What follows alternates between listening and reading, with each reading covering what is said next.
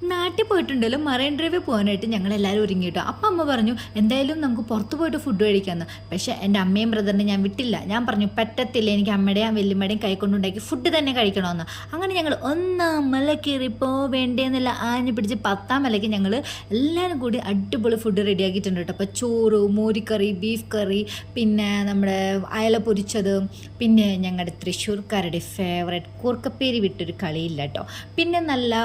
പിന്നെ chicken fry ഉണ്ടായിരുന്നു കേട്ടോ.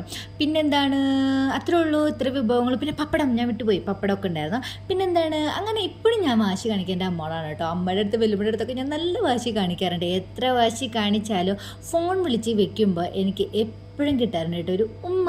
എത്ര തന്നെ വഴക്ക് പറഞ്ഞാൽ ലാസ്റ്റ് പറയും ശരി അമ്മ ഉമ്മ.